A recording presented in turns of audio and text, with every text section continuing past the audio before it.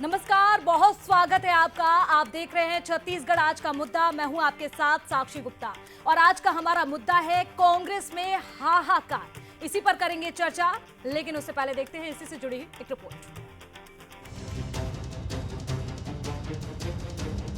कहीं खुलासे की धमकी, कहीं पैसों के लेन देन का आरोप, कहीं इस्तीफे की मांग और कहीं उपेक्षा के आरोप।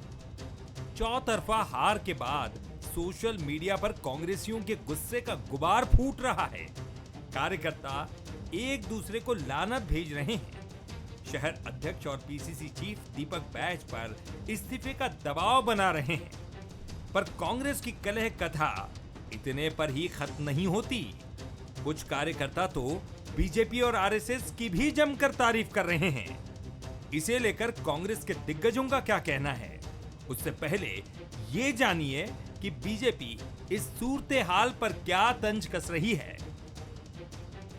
कांग्रेस के नेता आपस में लड़ने में मशगूल हैं और छत्तीसगढ़ की जनता इसका मजा ले रही है। कांग्रेस की दुर्दशा हुई है।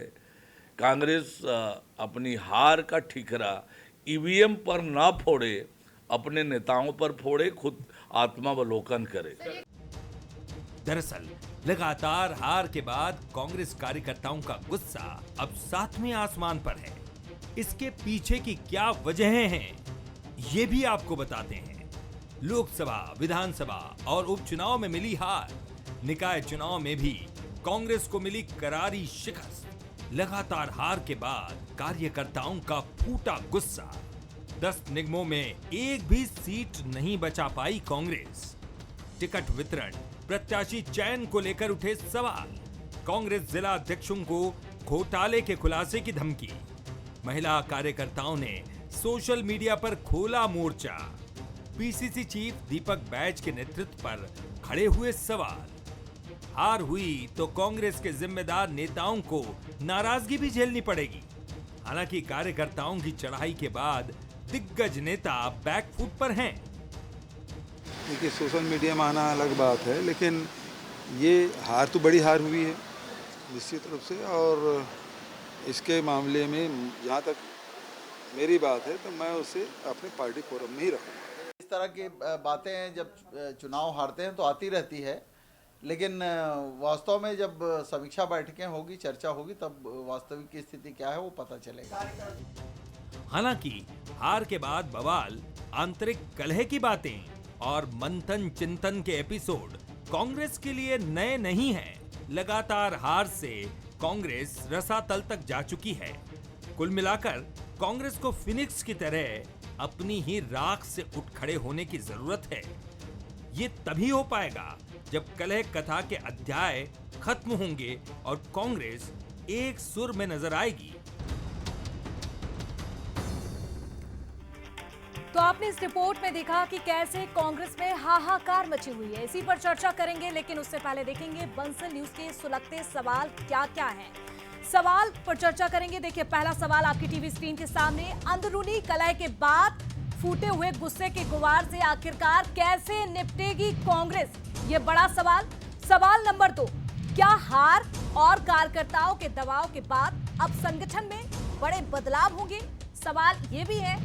और देखिए, तीसरा सवाल आपकी टीवी स्क्रीन के सामने, क्या जीत से उत्साहित बीजेपी को कांग्रेस की कलह ने डबल खुशी दे दी है, ये भी एक सवाल है। इन तमाम सवालों के जवाब लेंगे हम। हमारे साथ कुछ खास मेहमान भी जुड़ चुके हैं, पैनल हमारे साथ जुड़ चुका है। परिचय आपका कराते हैं, उसके बाद चर्चा की शुरुआत करेंगे। देखिए, अमरजीत झावड़ा हमारे साथ जुड़ चुके हैं, वरिष्ठ प्रवक्ता हैं बीजेपी से। आपका बहुत स्वागत है अमरजीत जी।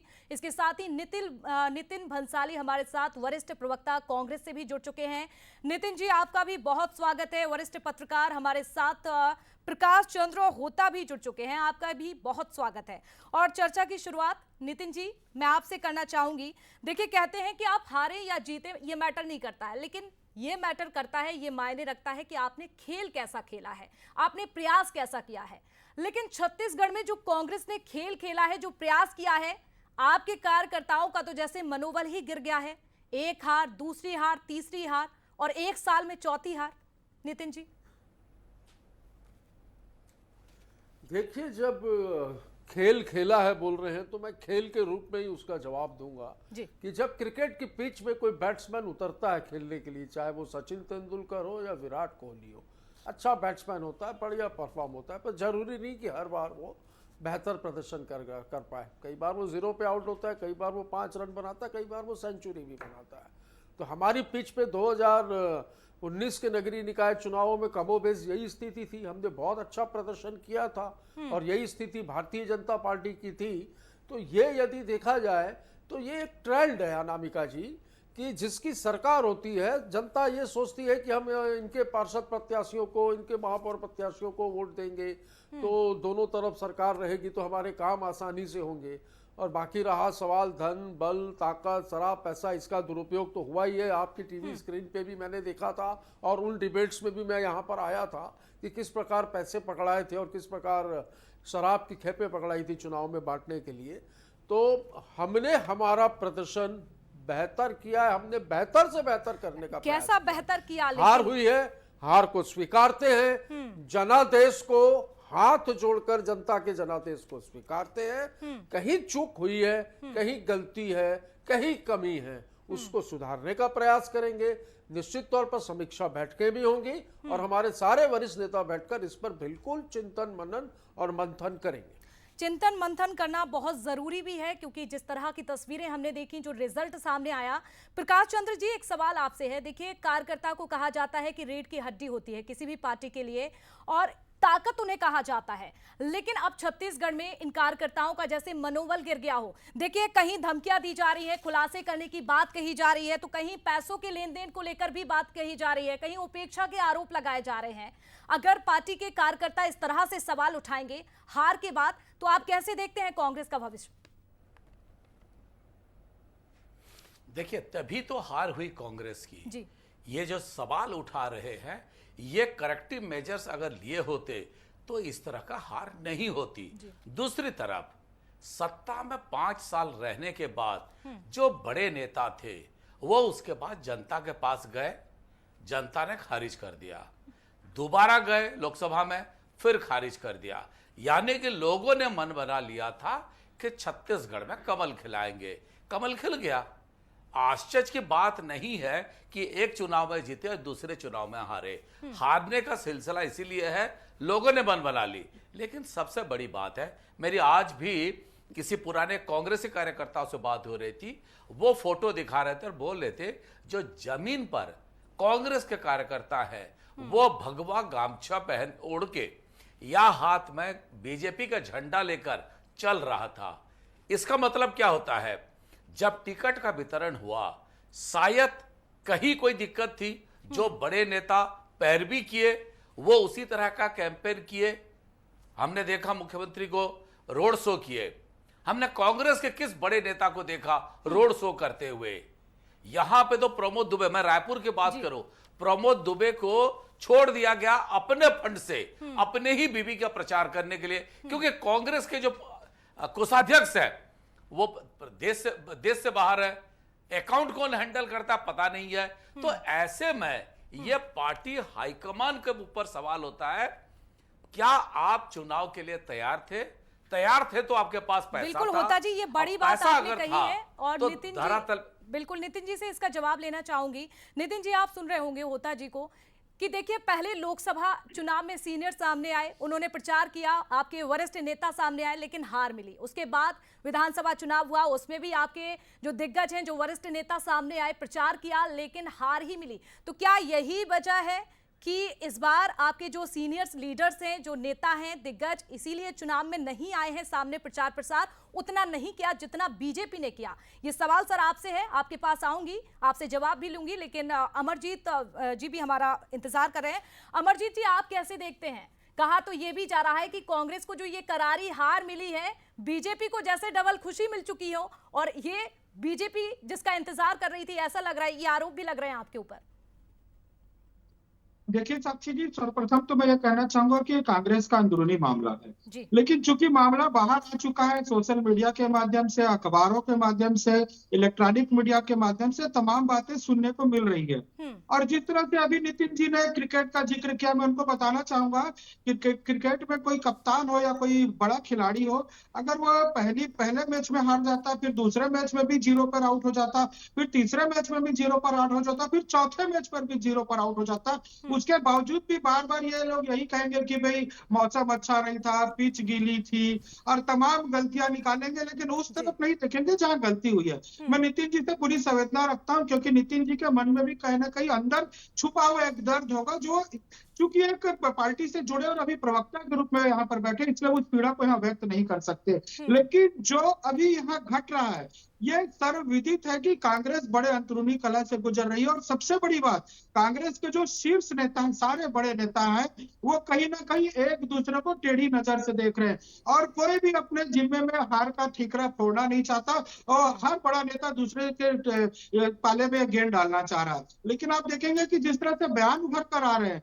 जिस तरह से अमरजीत भगत जी का बयान आया, पूर्व जो मंत्री रहे, कैबिनेट मंत्री रहे, उनका बयान उभर कर आया, और उन्होंने चारों बड़े नेताओं को कटघरे में खड़ा किया और सब पर सवालिया निशान खड़ा किया। और सिर्फ बात यहां तक नहीं रुकती है, जब नगरीय निकाय के चुनाव हो रहे थे, तो नगरीय निकाय के ठीक कुछ दिन पहले इनके जो विधानसभा के नेता प्रतिपक्ष चरणदास महंत जी, वो एक बयान जारी करते हैं, और उसमें वो कहते हैं कि अगला चुनाव हम टीएस सिंहदेव जी के नेतृत्व में लड़ेंगे। मतलब उन्होंने साफ सिरे से नकार दिया था कि अब भूपेश बघेल की छत्तीसगढ़ में कोई आवश्यकता नहीं है। और यही वजह है कि नगरीय निकाय चुनाव के ठीक कुछ एक दिन बाद दिल्ली से एक संदेश आता है कि अब भूपेश बघेल जी को यहाँ से उठाकर बाहर कर दिया गया है और पंजाब का प्रभारी बना दिया गया है। चलिए, गंभीर आरोप लगा लिए, जवाब लेते हैं। नितिन जी, क्या वजह रही कि आपके दिग्गज इस बार मैदान में नजर नहीं आए? कहा जा रहा है कि प्रत्याशियों को छोड़ दिया मैदान में कि जाइए आप वार्ड में, ना तो कोई मैनेजमेंट था और ना कोई उनके लिए प्रचार प्रसार करने के लिए आगे आया। क्या वजह रही नितिन जी? कौन कहता है कि बड़े नेता हमारे मैदान में नजर नहीं आए? आप बिलासपुर जाइए, अभी वरिष्ठ पत्रकार ने कहा, और बीजेपी की ओर से भी यही कहा जा रहा है, राजनीतिक गलियारों में भी चर्चा सारे बड़े यही है नेता चुनाव प्रचार में थे। हमारे राष्ट्रीय सचिव प्रभारी भी लगातार दौरा कर रहे थे। सारी चीजें, मैंने कहा ना, हमारी मेहनत में कहीं कमी नहीं है। अब हार हुई है तो रोज रोज हार पे थोड़ी डिबेट होगी। हम तो एक्सेप्ट कर रहे हैं, जनता का जनादेश मान रहे हैं भाई कि हमारी हार हुई है, हम हार को एक्सेप्ट कर रहे हैं। हम इस पे चिंतन मनन मंथन करेंगे, इस पे विश्लेषण करेंगे कि कहां पर चूक हुई और कहां पर कमी रही। ऐसा नहीं करेंगे 2018 में जैसा बम्पर हार, बुरी तरीके से भारतीय जनता पार्टी की विधानसभा चुनाव में हार हुई थी। सर, आप कह रहे हैं कि इस पर डिबेट नहीं करेंगे, विश्लेषण की या कोई चिंतन की बैठक नहीं हुई थी, और यह कह दिया गया था कि कार्यकर्ताओं ने काम नहीं किया और कार्यकर्ताओं की वजह से हम चुनाव हार गए। पर हमारे यहाँ ऐसा नहीं होगा। हमारे यहाँ लोकतंत्र है, यहाँ पर सबको कहने का अधिकार है। यदि कोई नाराज है, यदि कहीं चूक हुई है, यदि कहीं कमी है, तो उसको ठीक करके हम फिर से मैदान में आएंगे। क्या अमरजीत भगत जी मिथ्या बयान जारी कर रहे हैं? अमरजीत भगत जी ने जो बयान जारी किया, अमरजीत भगत जी के बयान को तोड़ मरोड़ के पेश किया जा रहा है। कैसे कांग्रेस से सवाल पूछा जाता है तो उल्टा ये कह दिया जाता है कि तोड़ मरोड़ कर दिखाया जा रहा है। अमरजीत भगत ये कह रहे हैं कि पार्टी में गुटबाजी है। टीएस सिंहदेव ये कह रहे हैं कि जब विधानसभा चुनाव चल रहा था तब तो हम घरेलू काम में बिजी थे, अब हमने दिल्ली में कह दिया कि हम तो फ्री हैं, अब हम कमान संभालेंगे। आप ये बताइए, दिखा दीजिए, मुझे सुना दीजिए कि उन्होंने ये बोला कि गुटबाजी है। नहीं बोला है, उन्होंने कहा कि भविष्य में ऐसा करना चाहिए। देखिए, उन्होंने कहा कि चारों नेता जो है अपने अपने क्षेत्र में सक्रिय रहे, अपने अपने क्षेत्र को संभालते रहे, चाहे दीपक बैस की बात कर ले, चाहे महंत की बात कर ले, या फिर जय वीरू जिन्हें कहा जाता था, यानी कि भूपेश बघेल और टीएस सिंहदेव, ये उन्होंने कहा। ये भी पूछ लो कुनकुरी में चुनाव क्यों हार गए। विश्लेषण की सबसे ज्यादा जरूरत तो यहाँ है कि प्रदेश के मुख्यमंत्री, सारा प्रशासन, शासन तंत्र सारा होने के बाद खुद के विधानसभा क्षेत्र में वहां पर ये हार गए, तो क्यों हार गए? विश्लेषण की जरूरत तो हमारे ज्यादा वहां है कि अभी भी आप छुपाने का काम कर रहे हैं, जबकि सोशल मीडिया भरा पड़ा हुआ है। तमाम आपके जो नेता है वो सोशल मीडिया में भड़ास निकाल के जिला सोशल मीडिया अध्यक्षों को हटाने की प्लेटफॉर्म बात कर रहे हैं, घोटालों अपनी की बात तो रख रहे हैं, आप उनकी लोगों को तो कर बात रहे हैं। रखने भी नहीं दी महिलाएं जाती है। अगर बजट कहीं किसी निकालने ने रख नितिन भी जी, दी होगी घोड़ा तो ऊपर चलो हम चिंतन निपट लेंगे, कीजिए। बात कर लेंगे, पर आप लोगों को तो ये स्वतंत्रता भी नहीं है अपनी बात रखने की। 2018 में तो आप भी थे, ये विषय आपके आपके कई पास नेता नितिन कार्यकर्ता जी, थे, क्या कहा आपके था पास मुझे लगता है अमरजीत आपके पटेल नेतृत्व को ने कि कार्यकर्ताओं ने काम नहीं थोड़ा सा किया, अंतर्मन से आपकी आवाज पूरा निकल टिकट रहा है। आप अमरजीत लोगों के जी। ऊपर फोड़ दिया था उन्होंने।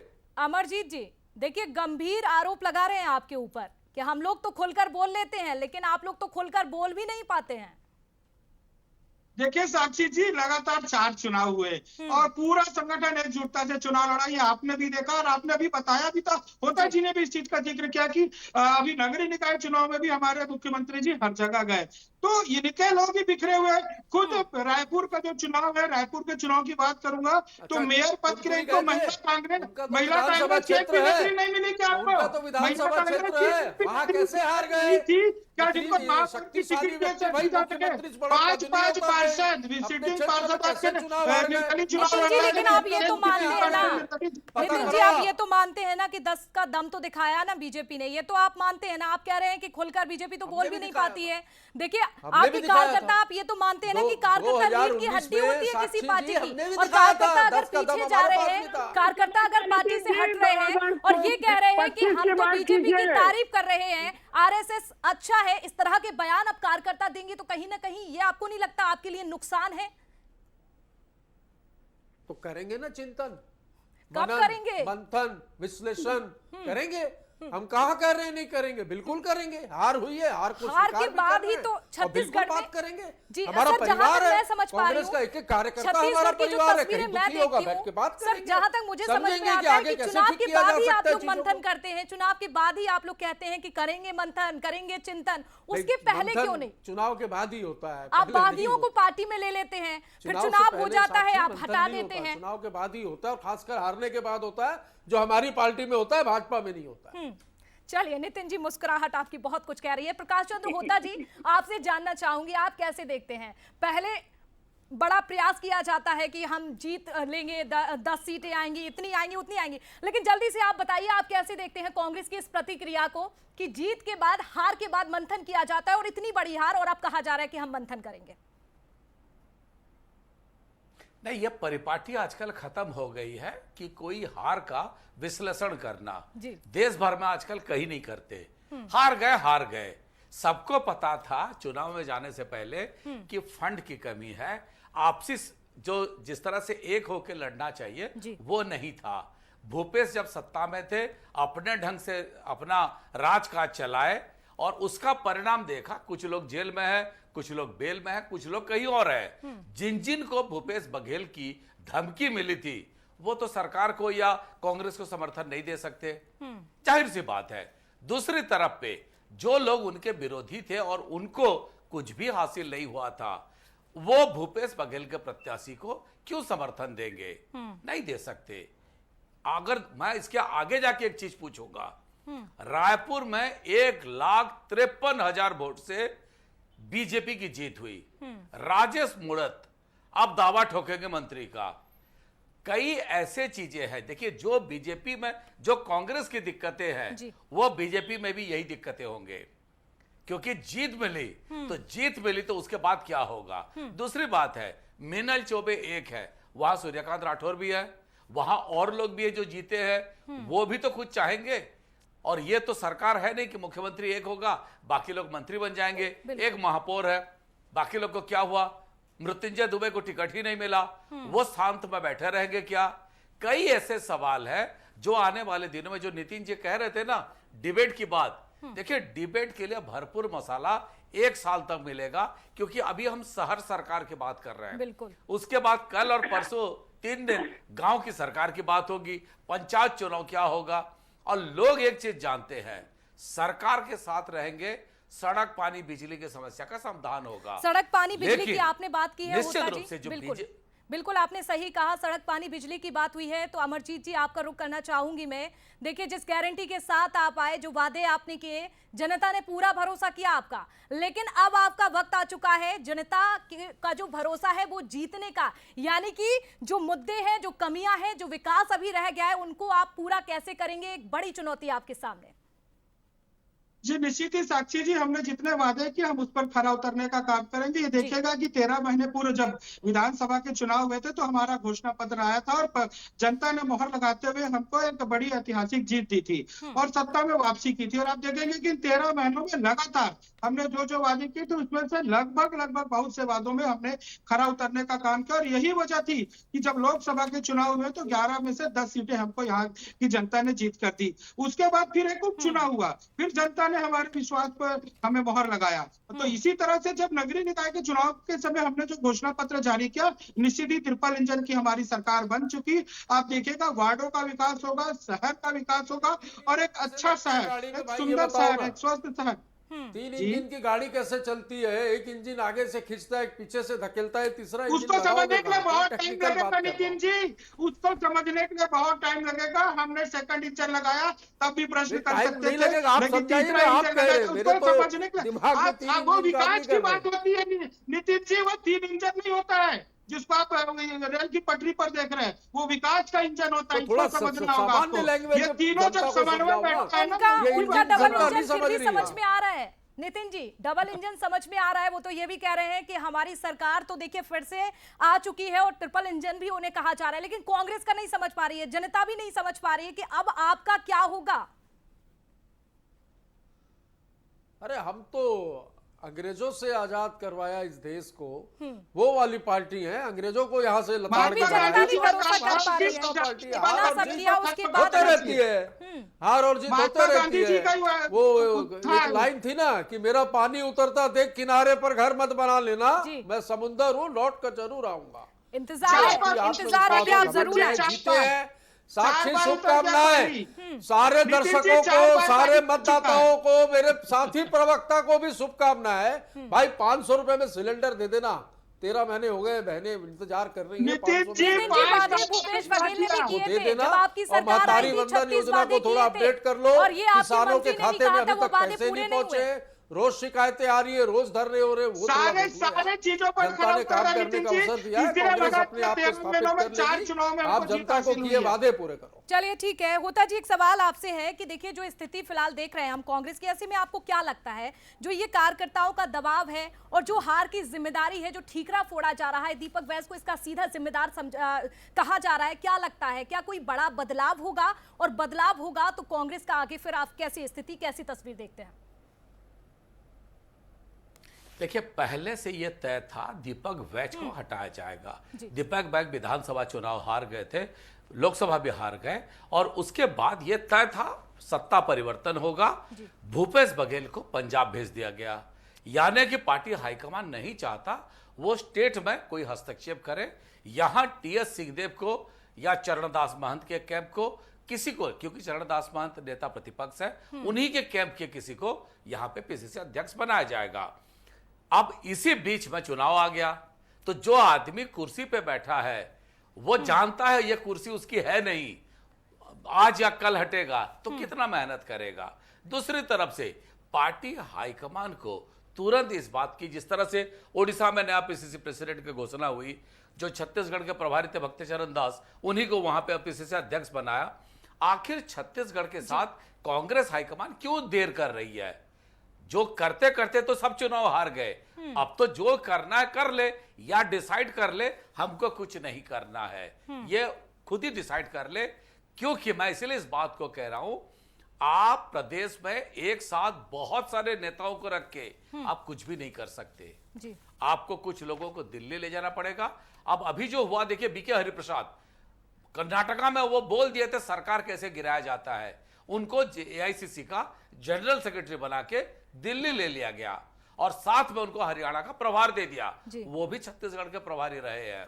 मेरा कहना है पार्टी हाईकमान को इस ओर गंभीरता से सोचना चाहिए कि उनको छत्तीसगढ़ में क्या करना है और क्या वो ताकतवर बिल्कुल ये विपक्ष चुनौती की भी भूमिका है। निभा बिल्कुल सकते हैं। होता जी, आपने आने सही वाले- कहा कि कांग्रेस के लिए ये चुनौती है। इस पर विचार करना, मंथन करना बहुत जरूरी है कि आखिरकार छत्तीसगढ़ में कांग्रेस की ये स्थिति आखिरकार कैसे हो गई। तो बीजेपी के लिए चुनौती ये है कि जो दावे किए, जो वादे किए, जो गारंटी की, उस पर कैसे अब जनता का भरोसा जीता जाए और कैसे छत्तीसगढ़ का विकास हो। बहुत शुक्रिया आप सभी का जुड़ने के लिए, चर्चा में शामिल होने के लिए। तो आज की इस चर्चा में आपने देखा कि कांग्रेस में कैसे कलह देखी जा रही है, कांग्रेस में हाहाकार मची हुई है और गुस्से का गुबार भी फूटा हुआ है। इसी को लेकर खास चर्चा की, छत्तीसगढ़ के मेहमानों से जाना कि उनकी प्रतिक्रिया क्या है और आने वाला भविष्य कांग्रेस का कैसा होगा। इसी के साथ हमारी इस खास चर्चा में फिलहाल इतना ही। तमाम खबरों के लिए आप जुड़े रहिए बंसल न्यूज के साथ और आगे आप